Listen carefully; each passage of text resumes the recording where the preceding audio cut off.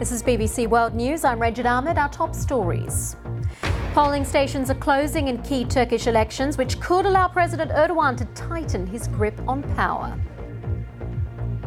I'm Selin Girit reporting live from Istanbul on the tightest elections in a decade where every vote counts. A political crisis in Europe over migration as leaders gather in Brussels. French President Emmanuel Macron says the EU must not betray its values and respect for human rights.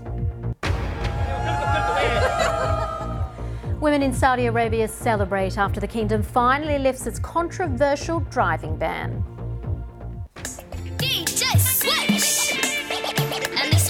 And we meet the 10-year-old award-winning DJ who's making history in Ghana. DJing is my passion, but I want to be a gynecologist because I want to help women. In sport, a hat-trick for Harry Kane. It puts England into the last 16 of the World Cup in Russia.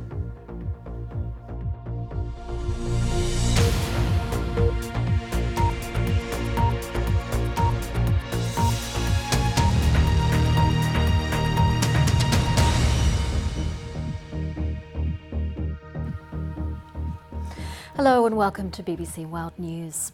Our polling stations are now closing across Turkey after a day of voting in snap parliamentary and presidential elections. They're being seen as the biggest challenge yet to President Recep Tayyip Erdogan. His Islamist-rooted AK Party has been in power for 16 years.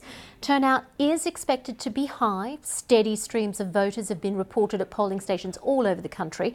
Mr. Erdogan is looking to win his second five-year term as president, which would also grant him extra powers approved in a referendum last April. Well, let's go straight to Selin Girit, who joins us now from Istanbul for all the latest. Selin. Well, the polls are now closing. Around 50 will direct Turkey into a totally new phase. Selin Girit in Istanbul, thank you very much for that. No doubt we'll hear more from Selin as the day goes on, but we're just showing you live pictures now of a polling station in Istanbul.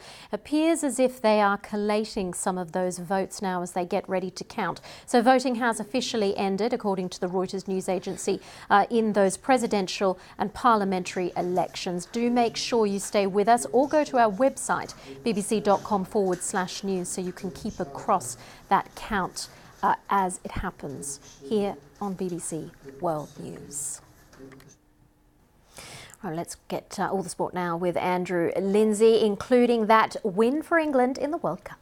Thanks, Regid. Yes, that's exactly where we're going to start. The first of Sunday's three games. Talented little girl there.